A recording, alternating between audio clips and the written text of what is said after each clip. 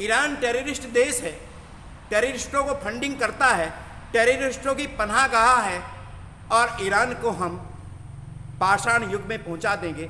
हम युद्ध जीत गए हैं लेकिन जंग जारी रहेगी। ये बयान अमेरिकी राष्ट्रपति डोनाल्ड ट्रंप का है। डोनाल्ड ट्रंप साहब आज अपने देश के नागरिकों को संबोधित कर रहे थे और संबोधित करते हुए उन्होंने दावा किया है कि हम ईरान पर युद्ध जीत गए हैं। इसी बीच ईरान इजराइल पर अपनी मिसाइलें ताबड़तोड़ दागता रहा और कोहराम मचाता रहा और इजराइल में भूचाल आ गया है, धुआं धुआं हो रहा है। नमस्कार, मैं हूं नीरज मोतला और आप देखना शुरू कर चुके हो पीडीए संवाद। इस कार्यक्रम में आप सबका बहुत स्वागत है। मैं बात कर रहा था अमेरिकी राष्ट्रपति डोनाल्ड ट्रंप की। डोनाल्ड ट्रंप अब से पहले भी कई बार जीत का दावा कर चुके हैं, यानी आज 14वीं 15वीं बार डोनाल्ड ट्रंप ये दावा किए हैं कि वो युद्ध जीत गए हैं, और युद्ध जीत गए हैं तो फिर जंग जारी क्यों रहेगी। और उनका ये दावा यानी कड़ा संदेश कहीं ना कहीं ईरान को कि वो टेररिस्ट देश है, टेररिस्टों को फंडिंग करता है, टेररिस्टों की पनाहगाह है, और ऐसे देश को हम मिटा करके रहेंगे, मसलन पाषाण युग में पहुंचा देंगे। और जब आप पाषाण युग में पहुंचाओगे तो क्या सामने वाला क्या हलवा है वो कुछ नहीं कर पाएगा। ये अपने आप में बड़ा सवाल है। और डोनाल्ड ट्रंप सेखी बगाड़ते हुए कई बार आपने देखे हैं, और वो अपने ही बयान को बार बार बदलते हुए नजर आते हैं। और आज जो उन्होंने भाषण दिया उस भाषण का सार यही है कि वो अपने देश की जनता को कहीं ना कहीं कन्विंस कर रहे थे। उनका दावा है 2-3 सप्ताह में हम युद्ध से बाहर निकल आएंगे, और युद्ध तो हमने जीत ही लिया है लेकिन अभी जंग जारी रहेगी और ईरान को पाषाण युग में हम पहुंचा देंगे। लेकिन ईरान इन तमाम बातों की परवाह किए बगैर अपने जो कार्यक्रम था, उनका जो हमले की कार्रवाई थी, उस कार्रवाई को अंजाम तक पहुंचाने का काम करता रहा। इजराइल में लगातार तबाही मचाता रहा, अपनी ड्रोन और मिसाइलें दागता रहा, जिससे इजराइल के कई शहरों में लगातार तबाही जारी है। ये भी आप लोगों को ध्यान रहे कि इजराइल की तरफ से भी ईरान में तबाही का जो मंजर है वो लगातार किया जा रहा है। उसकी तरफ से भी मिसाइलें और ड्रोन दागे जा रहे हैं, और अमेरिका की तरफ से भी ये कार्रवाई जारी है। हालांकि अमेरिका के राष्ट्रपति डोनाल्ड ट्रंप ये 6 अप्रैल तक युद्ध रोकने की घोषणा भी कर चुके थे, लेकिन उससे पहले ही साइंस ऑफ टेक्नोलॉजी जो ईरान का अपना बड़ा संस्थान था, उस संस्थान पर उन्होंने अटैक करके तबाही मचा दी थी। और उसके बाद ईरान की तरफ से कहा गया था कि अमेरिका या तो माफ़ी मांग ले, चूंकि उनके साइंस ऑफ टेक्नोलॉजी विश्वविद्यालय पर अटैक किया था, नहीं तो उनके तमाम इंस्टीट्यूशन जो मिडिल ईस्ट में है यानी अरब देशों में हैं उन पर अटैक किया जाएगा, उनको तबाह किया जाएगा। लेकिन माफी तो नहीं मांगी। लेकिन उसके बाद गुस्साए ईरान ने तमाम इंस्टीट्यूशन जो गल्फ देशों में हैं, अरब में है, खाड़ी देशों में हैं, वहां अपने तमाम मिसाइलें और ड्रोन दागने का काम किया, जिससे अमेरिकन इंस्टीट्यूशनों को काफ़ी नुकसान पहुंचा है। वहीं अमेरिका की घोषणा थी कि अमेरिका की जो कंपनियां, चाहे वो टेस्ला हो, चाहे अमेजॉन हो, चाहे गूगल हो, और इसके अलावा जो अन्य कंपनी अमेरिका की मिडिल ईस्ट में है, गल्फ देशों में हैं, उन कंपनियों से जो नागरिक हैं वो जरा दूर रहें, क्योंकि उन पर हम हमला करने वाले हैं। रात ही बहरीन के अमेजॉन के ऑफिस पर बड़ा हमला ईरान ने बोला है। तो ईरान के इस हमले के चलते कहीं ना कहीं बड़ी तबाही का मंजर देखने को मिल रहा है। लेकिन वहीं डोनाल्ड ट्रंप अपनी जीत की घोषणा करते हुए भी दिखाई दे रहे हैं। समझ में नहीं आता है कि युद्ध किस तरफ जा रहा है। तबाही तो दोनों तरफ है। हुर्मुज स्ट्रेट को लेकर के जो डोनाल्ड ट्रंप का बयान बार बार आता है, एक और जहां डोनाल्ड ट्रंप ने हुर्मुज स्ट्रेट खोलने की कड़ी चेतावनी दी थी, वहीं अब उन्होंने कह दिया है कि हुर्मुज स्ट्रेट से हमारा कोई लेना देना नहीं है। जिसको तेल लेना हो वो जाकर के हुर्मुज स्ट्रेट से ले आए। हमारे पास तेल की कोई कमी नहीं है। तेल के बड़े भंडार हमारे पास हैं। जब तेल के भंडार डोनाल्ड ट्रंप के पास हैं और हैं भी, तो फिर उनको क्या जरूरत है हुर्मुज स्ट्रेट के बारे में यानी इस तरह के हमला करना, इस तरह की बात करने की। चूंकि अब्राहम लिंकन जो उनका युद्धपोत था वो आया था हुर्मुज स्ट्रेट में, लेकिन वो पीछे हट गया। और ये भी कई बार दावे किए जाते रहे हैं कि ईरान में जमीनी लड़ाई लड़ेगा अमेरिका, लेकिन लड़ेगा या नहीं लड़ेगा। लेकिन इसी के बीच ईरान का ये बयान आना कि हम तो इंतजार कर रहे हैं और हम लंबी लड़ाई के लिए तैयार हैं। और ईरान का ये जो यानी लगातार हमला करना, बदले की कार्रवाई करना, इस कार्रवाई के चलते इजराइल और अमेरिकी संस्थानों का भारी नुकसान होने के चलते इजराइल और अमेरिका यानी सोचने पर मजबूर हो गए हैं क्या? और ऐसा हम इसलिए कह रहे हैं कि इजराइल में एक और जहां इजराइल की जनता बड़े शहरों को छोड़ करके बताया जाता है कि छोटे शहरों में या गांवों में भाग रही है, बड़े शहरों को छोड़ रही है, क्योंकि बड़े शहरों पर अटैक किए जा रहे हैं, क्योंकि वहां इंटरनेशनल एयरपोर्ट बंद है। कई लोगों का तो वहां से दूसरे देशों में जाने की भी प्लान बताई जाती है, लेकिन इंटरनेशनल एयरपोर्ट बंद होने की वजह से बाहर नहीं जा पा रहे हैं। और इजराइल के प्रधानमंत्री बेंजामिन नेतन्याहू के खिलाफ भी वहां प्रदर्शन करते हुए लोग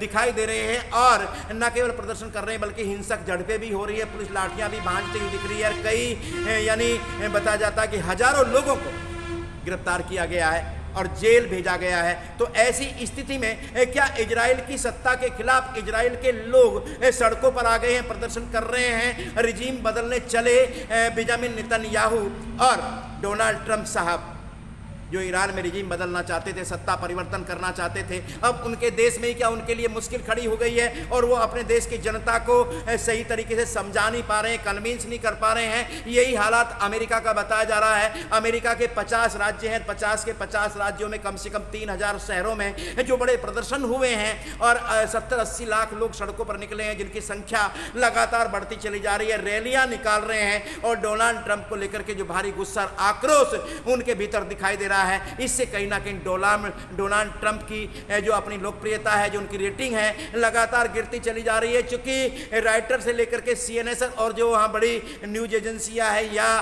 मीडिया हाउसेज हैं, उनके सर्वे से साफ पता चल रहा है कि डोनाल्ड ट्रंप की रेटिंग अमेरिका में 20% रह गई है। और जब से अमेरिका यानी डेमोक्रेसी बना है, 300 साल के इतिहास में पहले राष्ट्रपति होंगे जिनकी रेटिंग सबसे कम देखी जा रही है। ये डोनाल्ड ट्रंप के लिए यानी बुरी खबर हो सकती है। लेकिन इन तमाम खबरों से इतर डोनाल्ड ट्रंप सेकी बगाड़ते हुए भी दिखते हैं, जैसे वो कई बार कहते हैं कि हम तो युद्ध जीत गए हैं और जंग जारी रहेगी, हम पाषाण युग में ईरान को पहुंचा देंगे। जबकि आपको ये जानकारी रहे कि ईरान का जो साइबर सिस्टम है दुनिया में कहीं ना कहीं बहुत तेजी से बढ़ता हुआ और अव्वल दर्जे का साबित होता हुआ नजर आ रहा है। चूंकि अमेरिका के जो एलन मस्क हैं, जिनका स्काई लिंक है, यानी वो साइबर में सबसे आगे माने जाते हैं, उनका सैटेलाइट सिस्टम है और उपग्रह यानी आकाश में जो उपग्रह है उसमें सैटेलाइट सिस्टम लगा हुआ है और पूरी दुनिया में वो उसका नेटवर्क फैलाना चाहते हैं।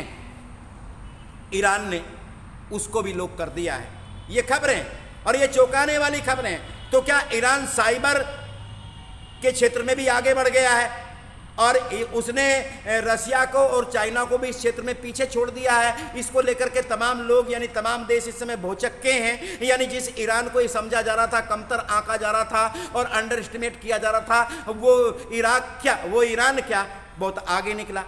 यानी जिसको चेला भी नहीं समझा था वो गुरु निकल गया क्या? ये तमाम सवाल हमारे सामने हैं। और ईरान जिसकी शांति वार्ता चल रही थी, और ये शांति वार्ता के बारे में हम नहीं कह रहे बल्कि ओमान के विदेश मंत्री का 27 फरवरी को ही बयान आया था, जिसमें उन्होंने कहा कि ईरान की और अमेरिका की शांति वार्ता चल रही है, चूंकि ओमान ही इसकी मध्यस्थता करा रहा था। लेकिन 28 फरवरी को हमला हो गया। हमला करने के पीछे का आखिर कारण क्या था? यूरेनियम संवर्धन की बात कही थी, जांच चल रही थी, इस पर वार्ता चल रही थी। आयतुल्लाह खामनेई जिनकी शहादत हो गई है, उन्होंने वायदा किया था कि हम यूरेनियम संवर्धन और न्यूक्लियर वेपन बनाने के क्षेत्र में आगे नहीं बढ़ेंगे, क्योंकि कुरान इसकी आज्ञा नहीं देता, ऐसा दावा किया जा रहा था। लेकिन इसके बाद भी हमला क्यों किया गया? ये तमाम सवाल है। इसकी जिम्मेदारी कौन लेगा? होर्मुज स्ट्रेट बंद होने से पूरी दुनिया में ऊर्जा का संकट आ गया, तेल का संकट आ गया, गैस का संकट आ गया। संकट भारत में भी देखा जा रहा है। इस संकट की जिम्मेदारी कौन लेगा? इसके लिए जिम्मेदार कौन होगा? इसके लिए कौन आगे आएगा?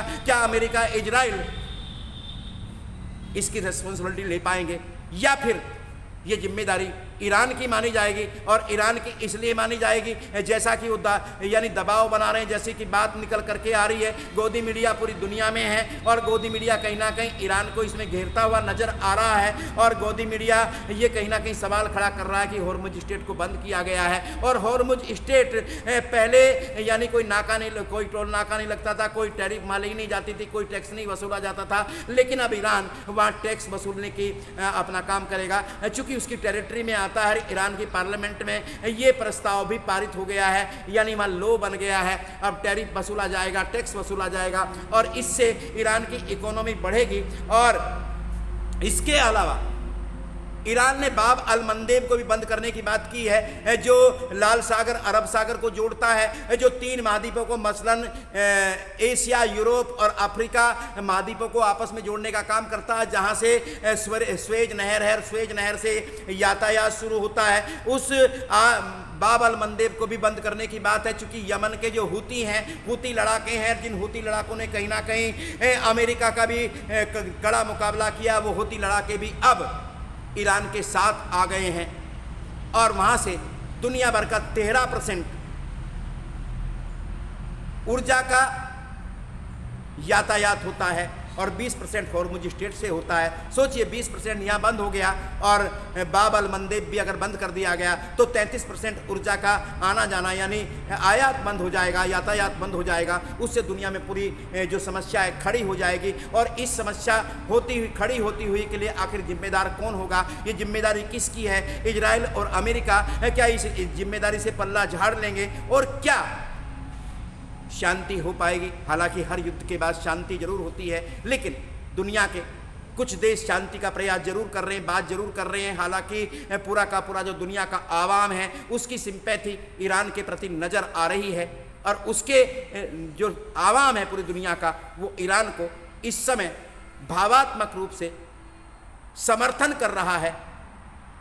और अमेरिका, जिसके साथ नाटो भी कभी हुआ करता था, कभी मैं इसलिए कह रहा हूँ कि नाटो में तमाम फंडिंग लेने से और उसका यूज करने के लिए अमेरिका रहता था आगे और वो उसका साथ भी देते थे। अफगानिस्तान का मामला हो, सीरिया का मामला हो, वियतनाम का मामला हो, इराक का मामला हो, जहाँ जहाँ भी अमेरिका ने युद्ध छेड़ा है नाटो उसके साथ रहा, यूरोप के देश उसके साथ रहे। लेकिन अब की बार ना नाटो है ना यूरोप के देश हैं, तो क्या ऐसी स्थिति में अकेला पड़ गया है अमेरिका? और अकेला पड़े हुए अमेरिकी राष्ट्रपति डोनाल्ड ट्रंप का जो आज बयान आया है, इसके पीछे क्या बौखलाहट आपको नजर आती है? और क्या सच में ईरान को अमेरिका पाषाण युग में पहुंचा देगा? और दूसरा सवाल ये है, क्या ईरान को जो कमतर आंका जा रहा था, ईरान की ताकत उससे कई ज़्यादा गुनी है, कई गुनी ज़्यादा है और उसने इजराइल और अमेरिका को कहीं ना कहीं सोचने पर मजबूर कर दिया है और ईरान की ताकत को देख करके दुनिया सन्न हो गई है क्या?